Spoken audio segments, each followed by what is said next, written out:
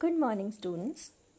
Today we are going to start with a new poem and a very interesting poem too. The Road Not Taken. This is a very well known poem and it is written by Robert Frost. Robert Frost is an American poet who writes about simple, common things of daily life, uh, that are of daily use, or he writes about nature and things which usually escape the human minds. Let us first read the poem and then we'll discuss about it. Okay? Two roads diverged in a yellow wood, and sorry, I could not travel both. And be one traveller, long I stood and looked down one as far as I could, to where it bent in the undergrowth, then took the other just as fair, and having perhaps the better claim, because it was grassy and wanted wear. Though, as for that, the passing there had warned them really about the same. And both that morning equally lay. In leaves no step had trodden black. Oh, I kept the first one for another day, and yet knowing how way leads on to way, I doubted if I should ever come back. I shall be telling this with a sigh. Somewhere, ages and ages hence, two roads diverged in a yellow wood, and I took the one less travelled by, and that has made all the difference. Before the explanation of the poem, I would like to ask a few questions. Just think about it. Have you ever come across such a situation in your life wherein you had to choose between two things? Those could be things, those could be situations that are posed by the life. Has it ever occurred to you? Let us simply take one example. Suppose your mother gives you a choice. Okay, what do you want to have? You want to have a burger or a pizza, and you cannot choose both. Though you want to choose both the options, but your mother is going to give you only one. So which one are you going to choose? That's a difficult choice, isn't it? You want to have that a cheesy pizza, but on the other hand, you want to gulp that burger, that delicious looking burger. Suppose you choose pizza and you gulp upon it. You have a very feasty lunch or dinner on pizza. But then, after having that pizza, what goes into your mind? Do you ever think that, okay, did I choose that burger? How would I feel? Had I chosen that? There are several situations in our life wherein we have to choose. As students, in class 9th, you must have got a choice of choosing between Hindi or Sanskrit. You want to read Hindi or Sanskrit. There is a choice, but you cannot choose both of them. You have to choose only one. Choosing means you have to select one of the two choices that are, or three choices that are portrayed before you. In class 11th, you are made to choose between the streams. You have to choose just one, and that choice of yours is going to have a big effect, have a very big effect on your future, isn't it? If you're going to choose non-medical, then you are probably going to choose a field in career in engineering, or you're probably going to become a scientist, but you cannot become an accountant, right? Then there are several other choices that come across a person, a human being, during his or her lifetime, the whole lifetime. The life is full of challenges and it throws at you and you have to use your mind and choose between which way you should go or you should follow. The poet is also talking about such a situation in his life wherein he is depicting the choice between the two roads, the road not taken, as the title says, that probably the poet talks about some road that he has not taken in his life. It can be the physical road also that you have in your own world or as you perceive the roads to be, or that can be metaphorical also, the roads of life, the path that the life offers. Let's begin with the poem and let's not just beat around the bush. Two roads diverged in a yellow wood. The poet says that he encountered two roads and those two roads diverged in a yellow wood. Those two roads were initially running parallel to each other. They were running parallel to each other, but then at one point of time, they both diverged in opposite directions. The road forked in two different roads, and both these roads turned into opposite directions. Diverged is turned. In a yellow wood, wood you all know, wood is a forest. And yellow, why does the poet call the forest as yellow wood or yellow forest? There can be two possibilities. Number one, it might be an autumn season wherein the yellow leaves from the trees are falling and the leaves have scattered on the road, making the forest seem as the yellow forest. Or there might be another possibility that it is a morning time and the sun has risen and the sunlight is making the forest glow and giving it a golden or yellow light. And sorry, I could not travel both. The poet is saying that I am sorry, I could not travel both the roads. I have to choose one road. Since I am only one person, the poet is only one person, he cannot choose both the roads simultaneously. He will have to choose only one road. And be one traveler, long I stood. The poet is saying that since I am just a single person, I am just a single human being, I stood for long at the diversion.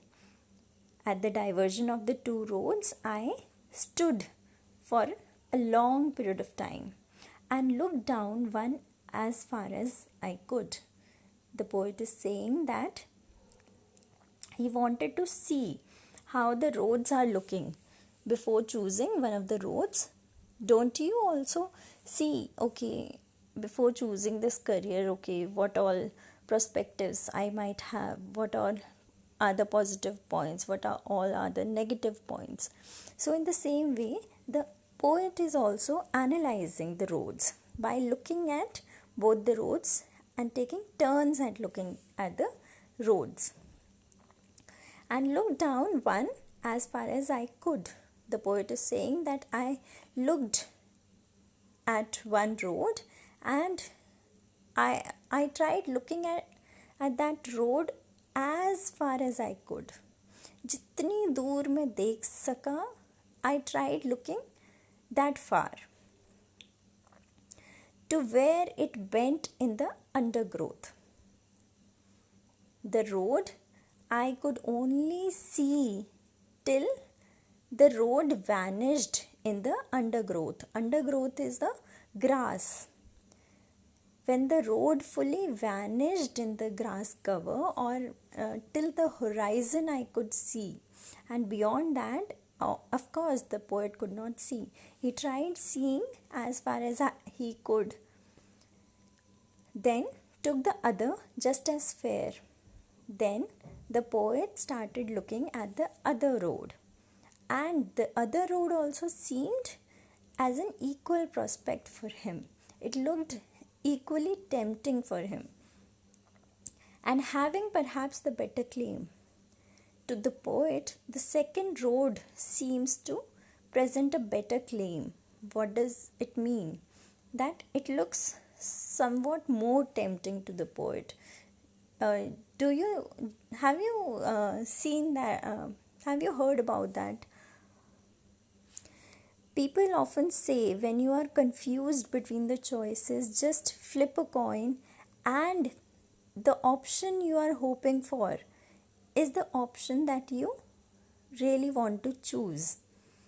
In the same way, the poet is also feeling that the second road is more good, it is better than the first road, because it was grassy and wanted wear. The poet says that the second road was grassy. Grassy means it had lots of grasses, and wanted wear. According to the poet, the road itself wanted somebody to tread upon it. Okay, here human qualities are given to the road. Okay, personification is used. The road itself wants trodding upon, and this is felt by the poet. It is not that the road was really grassy or it wanted wear. No, it is just the poet's imagination, and the poet thinks or feels that this road, because it is grassy, it is tempting me. The road is tempting me to tread upon it. Though, as for that passing there, had warned them really about the same. But in the next two lines, the poet is saying that both the roads were equal. Both of them were grassy, and people had equally trodden upon them.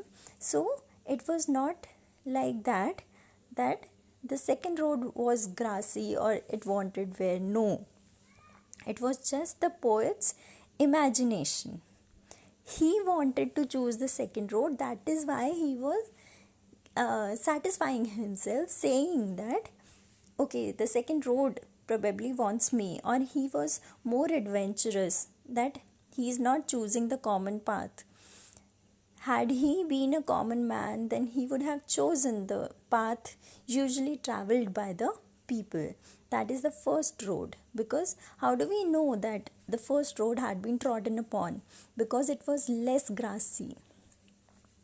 It was less grassy. So the more the number of people walking upon the road, the lesser the grass would be.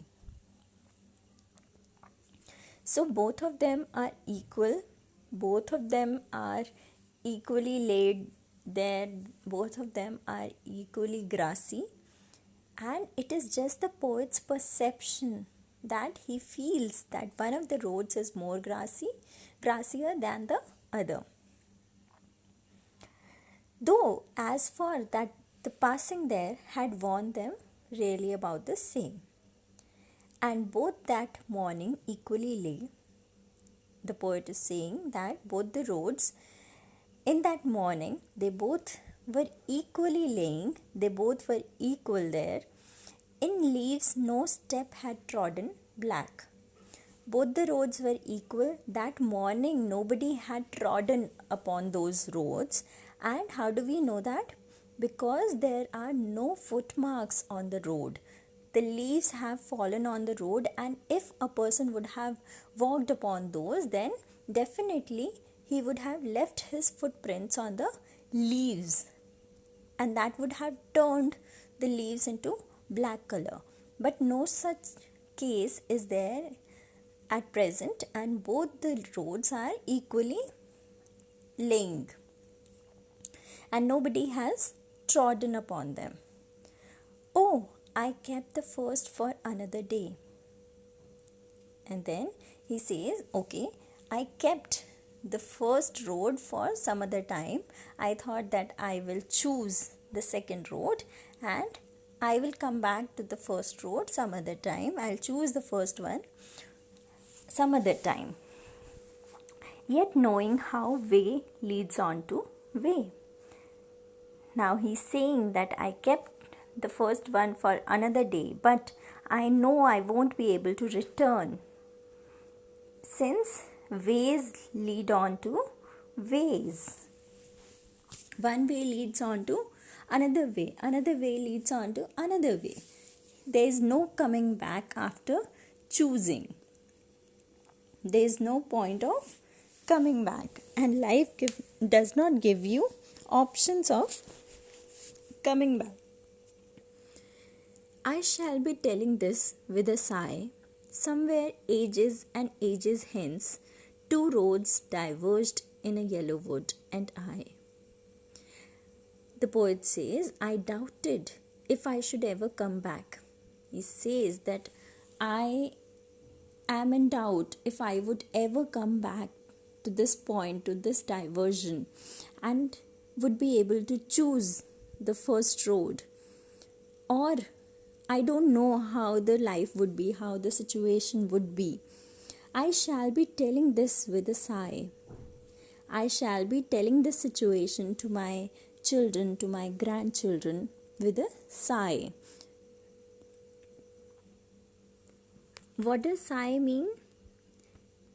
Sigh means grief or mourning. Okay. Somewhere ages and ages hence, two roads diverged in a wood, and I. He would be telling about the situation to his children, to his grandchildren, some ages and ages hence, like your grandparents tell you about situations that have occurred in their lives. Okay, if you sit with them, then they will start with the beginning. Okay, this happened, and then this happened. Okay, they will share their experiences and certain incidents that have changed their lives. Two roads diverged in a yellow wood, and I took the one less travelled by. He would be telling this thing to his children, to his grandchildren, that I took the road that was less frequented by the people, that was less travelled by the people. I chose the path that was uncommon. Okay? And that has made all the difference. And that decision of mine, that choice of mine has made all the difference in my life. And that decision changed my life altogether for it can be good also, it can be bad also. Now this depends on you, how you perceive it.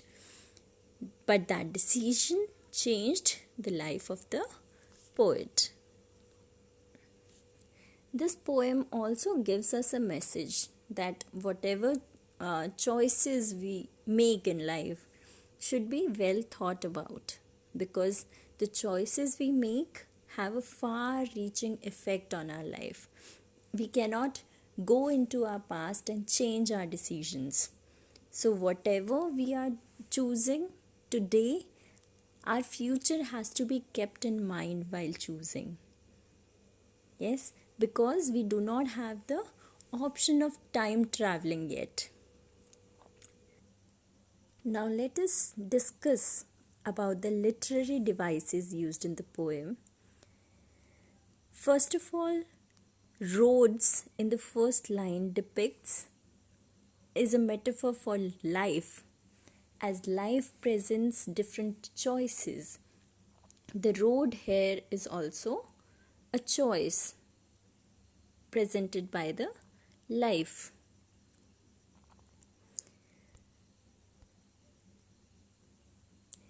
Then imagery is used in words such as yellow woods. Okay, then leaves, somewhere it is written as leaves, grassy and wanted wear.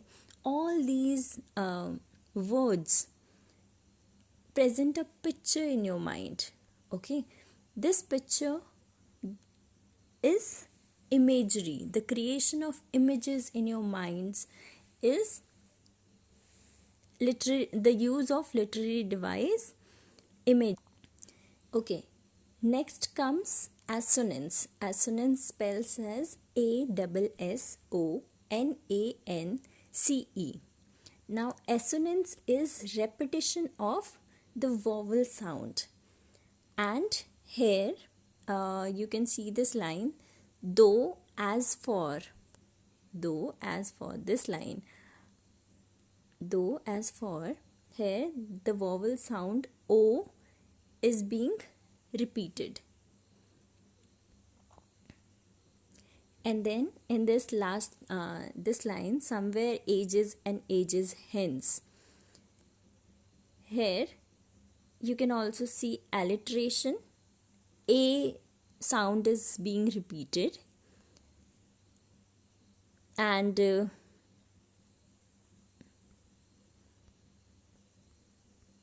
I've already told you about personification.